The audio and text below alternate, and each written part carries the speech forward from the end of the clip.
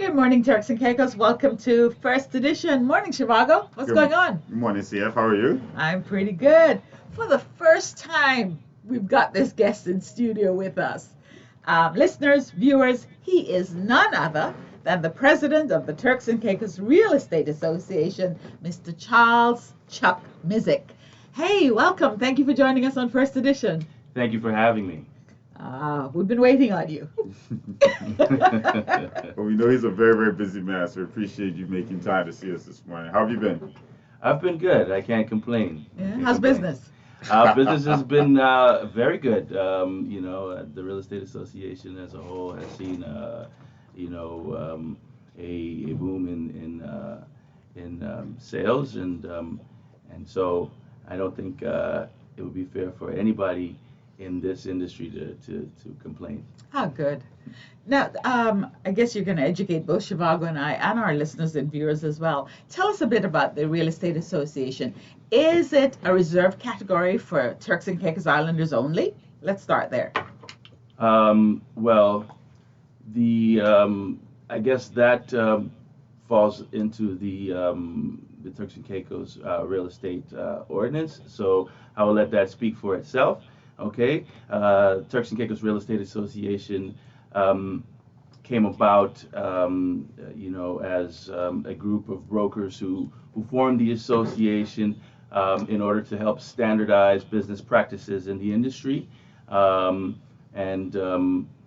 are quite a number of Turks and Caicos Islands citizens and permanent residents that practice real estate in the industry today. That's where we stand today. Part of also what the Turks and Caicos real estate has brought to the industry is the multiple listing system, the system that allows for a customer to just deal with one brokerage, for all of their real estate needs. They don't have to hop around from shop to shop to find out what listings are available. So there's a lot that Turks and Caicos does for the industry within the country.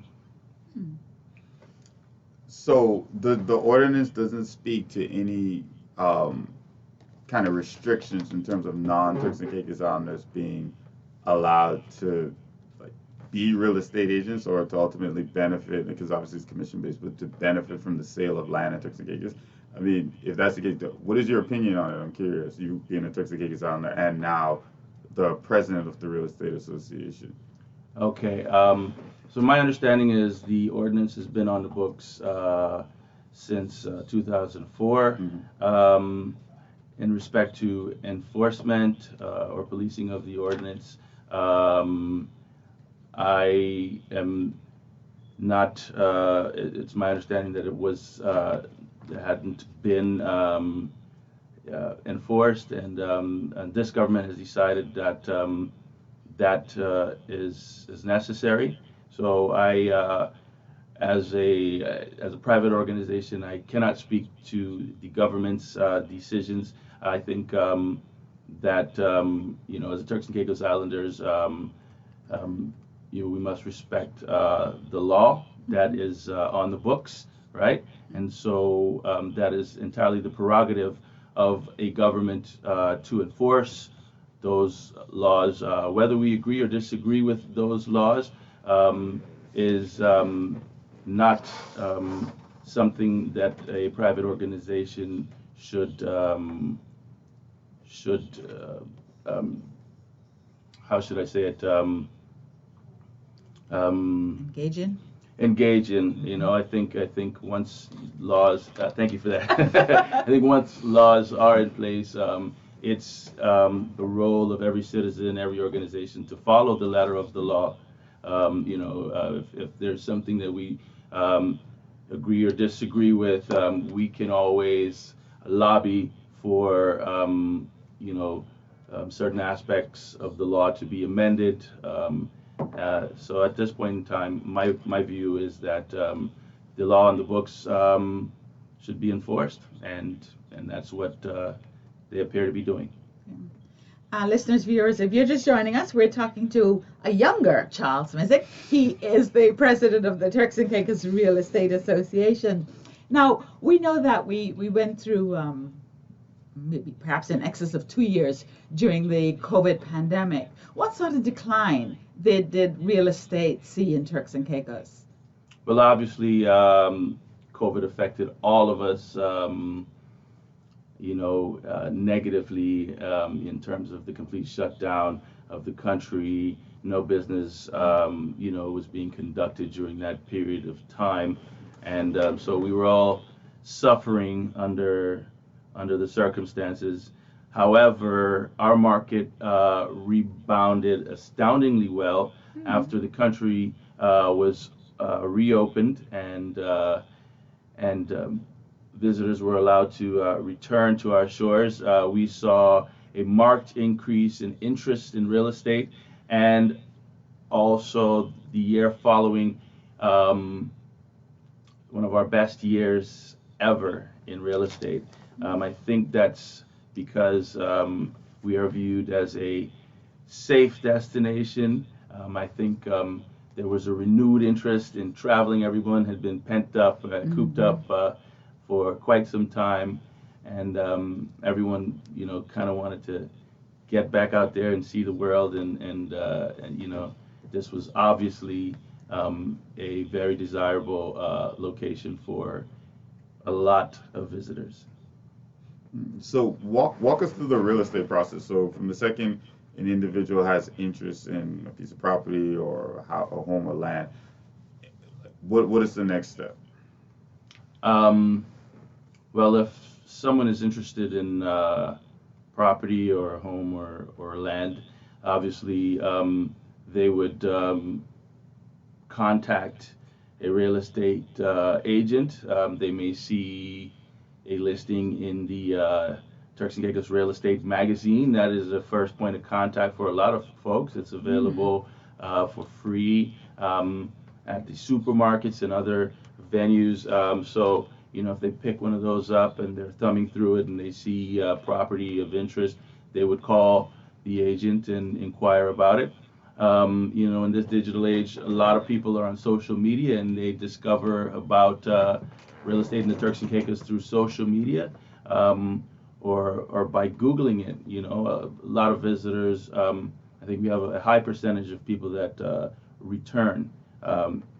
We have a high percentage of repeat visitors to the Turks and Caicos. So initially, they may come to the place and love it, and then the second time around, they may come back and have an interest in owning a piece of Turks and Caicos that and so that generates the interest to reach out and find out how they can do so. So the first thing that we do once a customer contacts us, right, is give them some more information about the process of owning land, okay, what that means, all right, and their rights as a landowner in the Turks and Caicos, informing them about title here, informing them about any the process in terms of stamp duty, and informing them about any financing options, and also gauging, what type of property they would be interested in. You have customers that may not necessarily know exactly what owning a piece of property involves, whether it's a condominium, whether it's a villa or home, or whether they'd like to build on a piece of land. So it's our job to properly inform our customers about the process. You mentioned, I want to stay there for a minute. You mentioned the magazine. I haven't seen a lot of them. So what impact has technology had on the industry? I see a lot of social media now, and from the real estate agents and the association. What impact has technology had on it? You no longer do flyers and magazines and that sort of thing. We used to see all these flyers, in windows and all that sort of thing. Yes. It seems to be like you've come of age. I think technology has affected industry as a whole, you know, in different ways. For us, it allows us to have that reach that you may not necessarily have to our customer base in, you know, not just, you know, where they are, not just when they come to the Turks and Caicos Islands. Okay, so we can actively market to our clients, you know, year round, right? And we can target feeder markets where a lot of our customers come from. We know that a lot of our customers come from the Eastern Seaboard, the Northeast in particular, New York, as you know, a big area that a lot of our customers come from. So we can target these areas. We can market to them and inform them about available properties. And so technology has allowed us to display our inventory, to let them know who we are and what we are about. All right, and you know, each brokerage has their own marketing angle, right? And so I think overall technology has been a very good thing for the industry in just getting the word out there and getting people aware of our listings and the destination, which they always fall in love with, and so it's been very helpful. Great. So you've been a real estate agent, real estate broker, run one of the larger real estate brokerage firms or real estate firms on the island, president of the TCREA. So you have this wealth of real estate knowledge, real estate development. We've seen like this huge boom in our market, and then, you know, subsequent prices rising. We understand now that there's challenges in terms of like locals being able to afford some of the real estate prices out there. From your experience, how do we combat that issue? I mean, not just now, but moving forward. I mean, obviously, there's like a deficit in crown land available, but like in your opinion, with all your experience, how do we combat that issue moving forward? That's a very good question, Zhivago. Put you on the And spotlight, right? I feel like I'm back in the classroom. No, it's a very good question, and I think that's a very complicated one to answer. Obviously, the government has a role to play in solving that problem, but we live in a capitalist society, free market, and supply and demand, you know, sort of regulates the markets, right?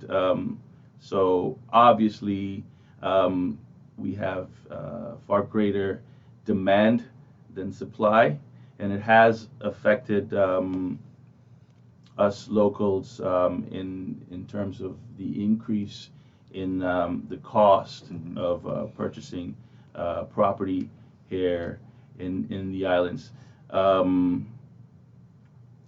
Unfortunately, outside of government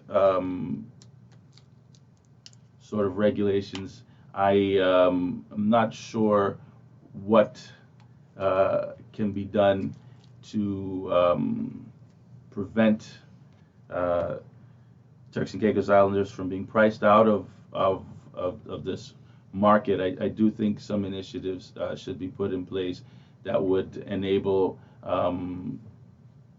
locals to be able to afford to purchase property. As you all know, you know, traditionally, you know, we've had the ability to apply for property, for crown land, and there was a crown land review that was recently done. So that's one aspect that can be looked at to help and sort of tackle that problem. I think, you know, part of the problem also is the availability of raw land, right? And also the pace at which the demand has outstripped supply, right? So you know, the need for more developments within a certain sector, within a certain price point, I think would help alleviate the the current issue of unaffordability in the market. At some point, I would hope that developer would recognize that and cater to the Like low cost home the development. local market. Yes, all right, from low cost home development to medium cost, middle cost home development. There are a lot of young professionals, young local professionals here in the country, and I think if there was some recognition of that in terms of developing products in terms of homes for that sector, I think it would be beneficial. You notice how he chose his words? This young man has a family gathering, in a few days, and he has to be able to justify these responses. I closed my eyes for a second. I thought I was hearing the old man. We're very critical of each other in this family, but in a good way, in a constructive way. I tell you, I saw the old man. Mr. President, staying with cost and that sort of thing, I spoke to a primary school 6th grader last week, and somehow the conversation got to houses. And I said, I saw a villa the other day, $16 million. He went, huh? He said, what is it made of, miss? So besides the value of the land, the cost of construction, perhaps location, what are some of the other logistics that go into a villa being priced at this sort of rate? Well, I think you pretty much touched on some of the major reasons as to why property costs as much as it does here. We all know that everything is imported in these islands. All right, so the materials that go into building a home are not sourced locally. They come from abroad, and so that in itself increases the cost of construction. And we all know that we've had inflation. The plague of inflation that's affected everyone worldwide for a variety of reasons, economically. So that has also affected the cost of construction and also the increased value in property. So, property owners have increased, the asking prices for their listings and obviously because the demand is there, right? So that plays a big factor in the cost of property. The construction process and the materials and property prices. Those I think are the two major factors. So what is the TCREA's role in terms of promoting the brand of Turks and Caicos and promoting real estate nationwide, or not worldwide, actually? Well, Turks and Caicos Real Estate Association is focused on, Turks and Caicos, and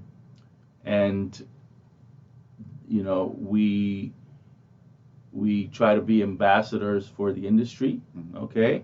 And we try to promote good practices, and we try to make sure that every customer that comes into contact with the Turks and Caicos Real Estate Association agent gets a certain level of service, okay? I think it's important for customers to realize that, although, this is a vacation paradise, we live on an island, we still practice, proper industry standards, and we provide a level of service that I think is excellent, right? In handling our customers and getting them acquainted with the islands and what's available. If you would expand on that. I think I might have missed a part of No, no, the no. question. So I meant like most of our buyers are coming from outside of the Turks and Caicos Islands, right? So, like, I mean, how do we promote to persons all around the world, letting them know there are opportunities to own land in the Turks and Caicos Islands and opportunity to own homes in the Turks and Caicos Islands? Because we were talking earlier about how social media, a lot of people now they find out about ownership opportunities on social media. I know maybe individual agents might have their own social media page. I know the TCREA has a website that's quite active where they upload postings. So I'm asking, like, is there a strategy in place, or like, are there certain countries you're looking at where you're noticing more interest, so you're kind of trying to do more in this particular country? Like, how does it work, or is it, since we're such high demand, more people are coming to us, so we don't have to really go out there and market what it is we have? Well, I think the growth of tourism and as a default, real estate sales has been very organic here in the Turks and Caicos. Our major market is North America. Over 90% of our customers come from this area, right? I think that it is the not. I shouldn't say focus, but we do try to market in the area where we see the majority of our clients coming from. That doesn't exclude other areas, but I think that this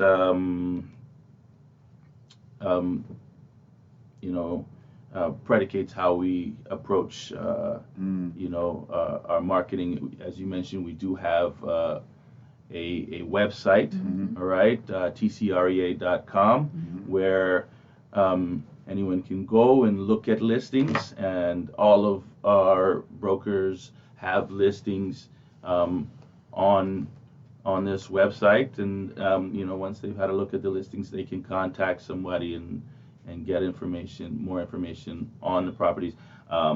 We also market, as I mentioned earlier, through the magazine, and we're currently working on ways in which we can expand our marketing effort, via social media and in other ways to make our customers aware of who we are and the service that we provide. In Europe, for example, a lot of Europeans are not used to the multiple listing system, so they're used to going from brokerage to brokerage to get information on properties. So a lot of times when we come into contact with those type of customers, we have to inform them about the process and what the multiple listing system is and how it makes their life easier. So it's really just an information dissemination, campaign on our behalf, to inform people about who we are via the different media platforms. Radio being one of them, right? Get some of these celebrities to post something. You mentioned earlier about your standard of operations. My question is there a code of conduct or an ethics code? And what happens if an agent is in breach or is reported? Well, like any association, there are codes of conduct that we like to adhere to, right? And we expect our agents to adhere to. If there's conflict in any or breaking of the rules, scrupulous behavior, unscrupulous behavior, exactly, Zhivago. In any association or organization or family, for that matter, disciplinary measures are taken. We have an ethics board, and we look at each case based on the infractions of the rules, and we come to a decision based on the ethics code and the rules and regulations that we have in place. So I will not disclose to you any disciplinary measures. Compliance side. But we do have our ways of making sure that we all participate in fair play, and we conduct ourselves in a manner that adheres to the rules and regulations of the Turks and Caicos Real Estate Association. So since we're along the policing side of the question, he tiptoed around this earlier. The ask you as direct as possible this time now. So you talked about the legislation that governs the real estate, not just the real estate association, but the real estate market, basically clarifying who is an agent or what the requirements are to be an agent. Yes. That's on the government side. Mm-hmm. Now, from the real estate and the real estate association side, you're the president, right? You're Turks and Caicos Islanders. Correct. Now, I know, as a matter of fact, I had to clarify these things. Your firm, I would consider, is an excellent representation in terms of local representation as real estate agents and brokers.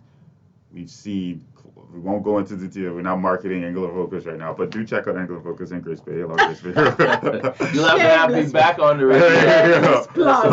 So we can talk about I gotta hook my boy up before I go in on, right? So you guys have for another episode. Exactly. You guys have quite a few local real estate agents. Like most of us know them, they're relatives, they're families of ours. Not all real estate firms have this level of commitment to ensuring that Turks and Caicos Islanders are in these kind of positions to benefit from these kind of land transactions. Their roster doesn't necessarily look like yours. Let's use the word, might be more diverse in terms of nationalities, or let's not even say that, citizenships, right? Because we're talking about Turks and Caicos Islanders, how it's defined. How does the real estate agent, the real estate association, how's the president of the real estate association feel about the lack of representation of Turks and Caicos Islanders as real estate agents in some of these firms? And like, what kind of measures, take the government out of this now, what kind of measures can you, because you've done it in your firm, so what kind of measures can you do from the real estate association side to kind of either encourage, nudge, or kind of force firms to understand that although the legislation doesn't say you have to be a Turks and Caicos Islander or Turks and Caicos Islanders are the only person that can be real estate agents, these are the people that we want. If we are going to sell our land, these are the people who we want benefiting from it. You heard the president refer to the ordinance. I told you well, this we've this taken man the has ordinance family out of dinners it to now. go to. We've taken this, the real estate association. How does the real estate association get us more local real estate? If somebody can make money off of selling our land, it should be us. I feel like I'm not out of pocket for saying that. I know you have a position or role to fill, but I would love to hear your opinion on this. I don't disagree with you, Zhivago. Yeah, Cheryl. Chuck, we don't have a place at the table for There's dinner a caveat. anymore. There's a caveat. Okay, so well, I don't disagree with you. I do think local involvement in this industry is crucial, especially because we have a stake here in this country, and we should have a major role in the development of the country, in the real estate industry, and otherwise. I do feel that the association can encourage locals to become involved in this industry, okay? And I think that is a part of what we are looking to do to become more involved in this industry, I should say. There are quite a number of us in this industry that have been very successful at it, okay? I think, it is something that, as an association, would benefit us in terms of developing our local talent to represent the association and join this industry, and so while you mentioned the ordinance, I will again decline to. Yes, I will again. See, I'm trying to be delicate here. We don't do delicate. Save your place at the table.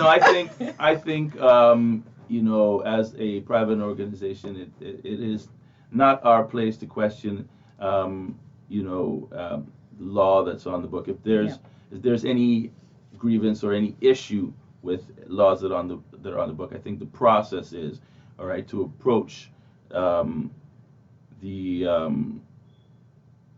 body, the ministry, or the government, and see how we can work with them in understanding our point of view, or if there's anything that we have a problem with, see how we can approach the government to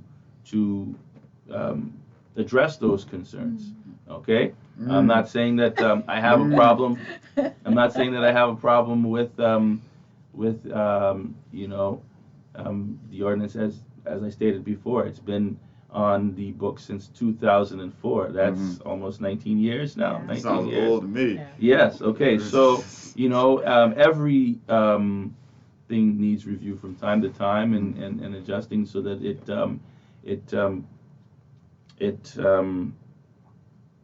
works for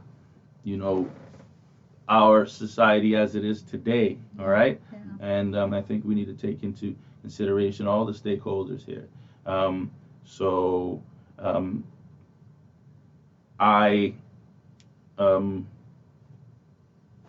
will leave it at that. But let's delve a little more into that from a different angle. What do you say, Mr. President, to a school leaver who approaches you and says he or she is interested in your sector and wants to join the industry? What advice do you give? And what's the process for that young man or young woman to become a real estate agent? Okay, so if if you want to get into this industry, I think one of the first things that you should do as a young person is to approach a local brokerage, all right? Speak to the broker. Sorry. That slipped out. Yeah. Yes. You speak to the brokerage. However, I'm in the capacity. I'm here in the capacity as a Turks and Caicos Real Estate Association Yeah, I was president. coughing, bro. I was All right, coughing. so I'm not mentioning my brokerage. That's right. But yes, you should approach the brokerage and speak to them and find out how they can become a part of this industry. Maybe by interning. That's a very good way to get knowledge, about the industry, and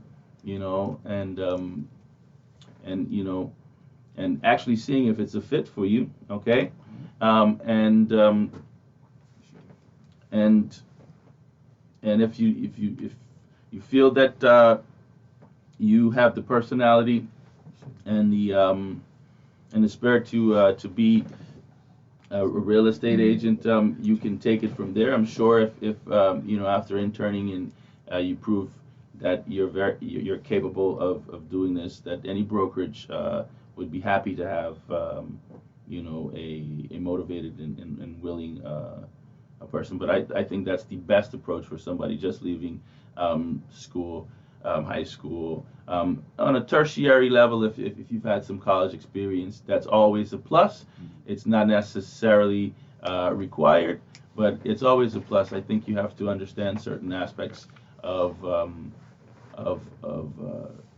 real estate. You have to understand, a little bit about financing. You have to understand, a little bit about the legal process, although that is done by lawyers Real here. estate lawyers.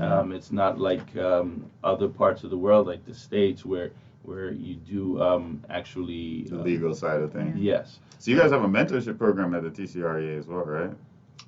Yes, we do. And that's how you get the internship. So, Well, yes, folks can okay.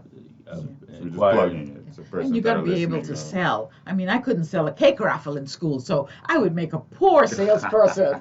You have the looks, though. I couldn't That's sell a important. thing. That's a good part. Yeah, That's a big part of it, huh? Take it from me. Looks open all I kind of couldn't doors. sell a thing. But let me ask this. Let me put this disclaimer out first. Mhm. Do you know that I can live and work freely in Cayman, right? Really? Yes. How so? Without hassle. I'm married to a Caymanian. Oh, Oh, okay, all right, all right. we forgot. So, Shout out but to Lester. What's going on, buddy? in Cayman, I understand that law firms and architects have access to what they call a land information system. So, unlike us here, where you go and make a request for a search, you pay your $25 or whatever it is, these architects and law firms have access to, I guess, what they call their MLS. Is that something you think you'd be interested in and push for here? I definitely think so. I think that goes a long way to modernizing the process. It's antiquated right now. Yes, I think if we digitize and make available, whether by a small fee or some other means, the information that allows us to conduct business in a more efficient way, that is always a plus. And I think, as you mentioned, Cayman is a great model of that. There's a lot of things we can learn from, other territories or the other parts of the world. You don't have to reinvent the wheel, right? Yeah. You can just look at best practices and adopt them, and and maybe customize them a little bit to work for us in this environment. So and it'll take pressure off of some of these government departments too, like the land registry. If that database exists, and your firm can just reach in and grab it, because to be honest, it is public information. You just have to pay for it. So if they pay a monthly subscription or something like that, it would well, make the sense. fee I don't think would be the problem. I think the Yeah. availability Time it takes is them And too. the hassle, Yes. that take that. You gotta go all the way over to Grand Arc, Cheryl's home, just to get a piece That's of right. paper. The capital. Staying relevant by force, eh? That's right. Anywhere we I can. love it. Well, I do think that that would go a long way to helping. I think the government had previously mentioned that they wanted to digitize a lot of the processes in government, and I think we have to bear in mind that these things don't happen overnight, right? It takes some time, it takes planning, and it takes dollars, all right? And so they have to prioritize a whole host of things, and then roll it out. So although it hasn't happened yet, I do think that it's still something that I hope that they would be working towards, and we would definitely welcome that as an industry. It would definitely improve business practices. You want to see me make Chuck dance again? He's trying to put me on the hot seat. Listen, to be honest, I want your opinions as the president of the association. You and I, family, friend, we have a personal We relationship. do have a personal So relationship. it's important for me to kind of nudge you to put your stink all over this, because I don't want you to be put in a box because you're the president of the Real Estate Association. I want that personality I know to come up. So I can ask you another question. Sure, go ahead. So we talked about the diversity, right, from the representation in terms of the market. But for me, one of the concerns that I would imagine is your concern, forget about even the president as a real estate broker, is the lack of diversity at a certain level, right? When we start talking about these high-end sales, these $1 million listings, all of a sudden it starts to really thin out. You see some in the middle, and I would never discriminate anyone by saying lower tier sale levels, but pricing, we will see more local faces. But once you start to get to these high ranking, you probably see one firm more than you see others, and then you see a certain type of face more than you see others. And I always found it interesting because we talk about the legislation and its enforcement, but we've seen individuals come here as hotel executive, lawyers, and now they have $1 million listings making $1 million commissions. And I always say, if we're gonna do this, our people should be the ultimate beneficiary. I don't like the idea of land flipping, but it's also in existence as a necessity. It's not gonna go away. So then my people should at least be the ones benefit from it. So how do we get more Chuck Misicks and Wayne and all these other local guys that have been in the market so long, built their reputation, they've had so many successful sales? How do we get their names on that $21 million villa or that $6 million piece of Grace Bay Beach land? Because we know this is a whole networking thing. If I'm selling, people automatically project to people that look like them. This is science. It's not like some new age race-based theory. The fact is, It's comfort. It's comfort. It's familiarity. Yes. Exactly. Yeah. So if I walk in a room and I have a $6 million piece of land, I'm going to sell it, and Chuck's sitting there, and the other person's sitting there, and we know the look and appearance. No matter how brilliant Chuck is, how successful he's been in the past, especially if I haven't met him before, I'm automatically going to project in that direction. He's not even going to get an opportunity to display his skill set that would ultimately impress me. So how do we navigate? How do we get our faces on those listings? That's what I want to know, especially for seasoned guys like yourself. Like I said, Wayne, they're guys who've been local guys, and ladies, of course, local persons that's been in this market forever, and they're good at it. But you don't see their names on those listings. I think you hit the nail on the head. It's familiarity. I think it's shared experience, same common backgrounds that a lot of people network, and it's to a very large extent networking. That doesn't exclude us from going after these listings. All right, that doesn't exclude us from getting these listings. All right. The government obviously has a role to play in terms of legislation and and making the playing field even, all right, and prioritizing Turks and Caicos Island citizens, all right, when it comes to certain industries, certain professions. Okay, so I'm not in disagreement with that at all. All right, as a member of this association, as a president, I represent everybody. However, okay, and as it stands, okay, we are a diverse group of individuals. However, there are back to your question. All right, the larger listings and not seeing the local element in terms of the ones who are listing and selling those listings. I think it falls back on networking and access to the individuals and the comfort and the familiarity thing. Okay, it's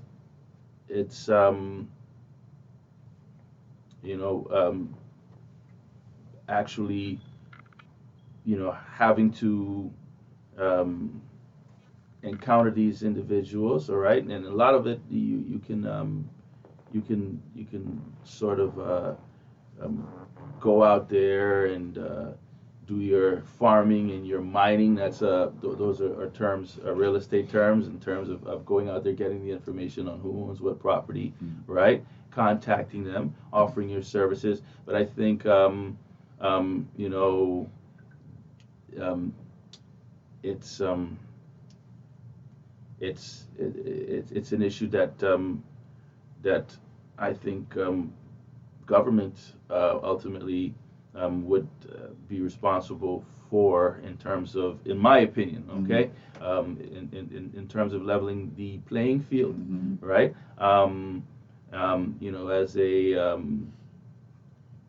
Turks and Caicos Islander, I want to see all of us have the same opportunities. All right, make no mistake about it. I'm not somebody that wants to kowtow towards the developer or folks coming here and feeling entitled just because they feel like they may be bringing opportunity to this place. I think we've developed in a way that we don't really need to cater to any individual who touts himself as some sort of savior or someone who's going to be, doing great things for this place. We've done very well on our own, right? Now that sounds like Yeah, my I buddy know. right now. That sounds Now like he's my friend talking your right now. language. He's talking your language. That sounded familiar now. You sounding familiar now. Okay, all right. You can put your hat back Getting on. me out of now. my shell. Yeah. But yeah, I mean that's where I stand on it. You know, I have children, and you know, I love this place, and I want this place to be a viable place with opportunity for my children, and not feel like they can't be successful Yeah. in any industry in this country and have Mhm. to go abroad in order to make their their success in the world. Right? I would like to see them feel like they can do anything here and have access to any sort of profession on the highest level. Yeah. Okay, so I do think you know government has a big role to play in that. And you know, we don't get to choose who people decide they want to associate with, right? Yeah, that's the unfortunate Yeah. part about You it. know, that starts to cross some Yeah. some lines, Yeah. okay? Yeah. But you know, government is elected to represent us and our interests, and I think as citizens, we need to make our interests heard, all right? And we need to demand that government, you know, does represent us in the way that we want them to, all right? Yeah. So that's where I'll leave that. Now, I'm not versed with the ordinance or your internal policies, but is there any limit on the number of agents a company or brokerage can have? There is no limit. No limit. Okay. You know, economically, there is a limit in terms of the ability to maintain on these agents. There are fees involved in becoming a real estate agent, and so you know the company has to take a look at. I think each broker takes a look at you know how that works best for their company.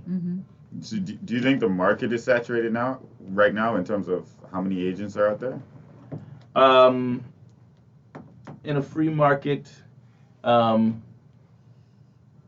I think personally that the free market regulates. So listen, either you sell or you don't sell, okay? And it'll prove itself out. If you're not making sales, if you're not successful in the industry, there's only so long you can stay in it. Yeah. Okay? Otherwise, it becomes a waste of your time and energy and money, because you know, like every business, you know, you have to put in some capital in order to market yourself, right? In order to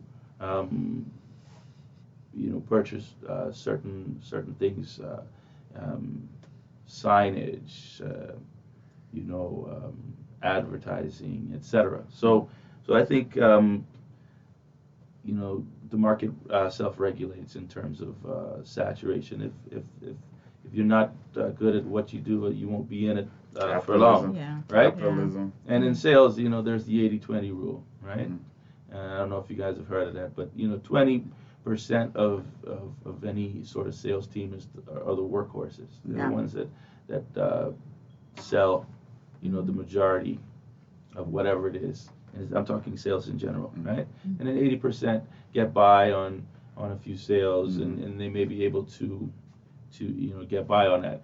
However, anybody in the 80% can get up to the 20%. It's just persistence, you know, work, and you know, and developing your sales skills and interpersonal relationships. All right. You mentioned that you're not very good at sales. You can improve that. No, I find that very hard to believe. That's what I'm saying. I find that hard to believe. Anything I from you. couldn't sell a thing, not even Girl Guide cookies.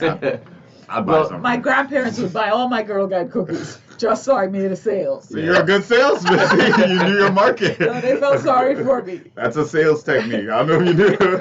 But Mr. President, we're almost out of time. But does TCREA have membership in any other bodies, both domestically or internationally? No, TCREA does not have membership in any other. So you're not members, let's say, of TCHTA? No.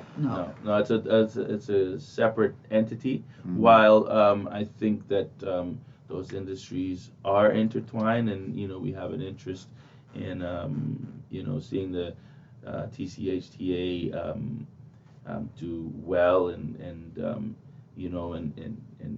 we have an interest in that sector.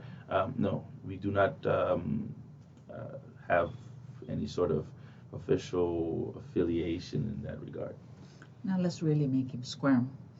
Is TCHTA involved in the proposed DMO? And if not, do you think you ought to be? TCREA. TCREA, sorry. All right, well, I'm going to take the diplomatic approach. Hey, listen, you're not going to. I didn't know. I didn't know she was. I didn't know. I'm not a member of the TCHTA, No, I think she was asking if TCREA is involved in the DMO. And if so, not, do you think you ought to be? See, you thought I was the person to worry about. Hold on. Okay. No, we're not involved in terms of the actively being involved in the DMO, but I do think that we do have a role to play in that, right? And obviously, part of marketing this destination are the array of beautiful properties that are available. And I do think it's early days, and I think there, could be further development along those lines. So while we're not currently involved, I wouldn't rule that out. So I got one more question before we go. The market, we were talking about it. All-time high, boom, more demand than supply. Is this sustainable? Like, how long do you think this is going to last? I'm very curious from an expert. Yeah. Well, I think we're already seeing the effects of, the higher demand than supply. Supply takes some time to replenish, and so the demand is outstripping the development of new properties. And so, there's less to sell, right? But we have seen resales, and we've seen, marked increase in property values at resale. So it is, I would say every market is cyclical, okay? And it's not, we're affected by the world we live in, right? So it's not just the local market that affects sales. Like I said, most of our clients come from North America, so that affects this market to some extent. Not necessarily in the financing part of it, but in terms of economics and how our customers are doing in their market and their availability to then come here and purchase property. All right. I do think this market has done extremely well, despite some market downturns previously, and that's because a lot of our clients are on the wealthier side, and they have the disposable income to invest in property despite a downturn in their market. And a lot of folks see opportunities when the market's on the downside, right? You don't necessarily always buy something when the price is high, right? When you know the value in something and you know that it will come back, right? Yeah. It's a great investment strategy to buy property on the downturn. However, we have had less and less of a downturn, and it's harder for. That's why I'm asking you now, like, when this can drop so I can start picking up a little piece here. It don't feel like a buying time right now, buddy. Well, you're gonna have to watch the markets and see what. Support having friends in high places. This fella giving no inside information, man. No insider trading. Ridiculous. Is there anything that we didn't touch on that you think is prudent and you need to let our listeners and viewers know about? Give us your closing comments. Well, as a representative of the Turks and Caicos Real Estate Association, I just want to tell folks that we're a very dynamic organization.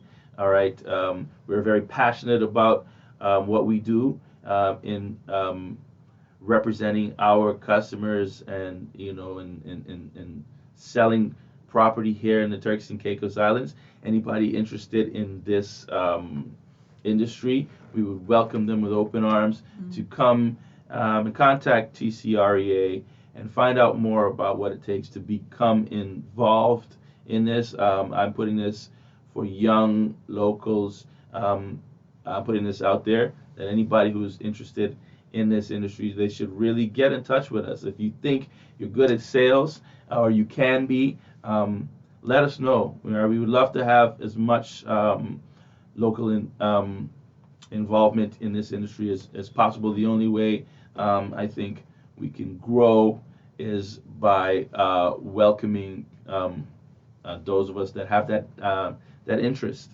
and I, for one, will do everything I can to assist anyone that's out there that would like to consider this industry as a profession. All right? And I'll leave it at that. Listeners, viewers, we've had a great conversation, right, Shivago, with the president of the Turks and Caicos Real Estate Association, Mr. Charles Chuck Misick. Thank you. We know that Dad is visible and vocal, but would you also give our regards to Mom? Will do. Thank you. Thank you for joining us. This has been First Edition. I'm Cheryl Ann Forman. And I'm Shivago Jolly. Take care, Turks and Caicos.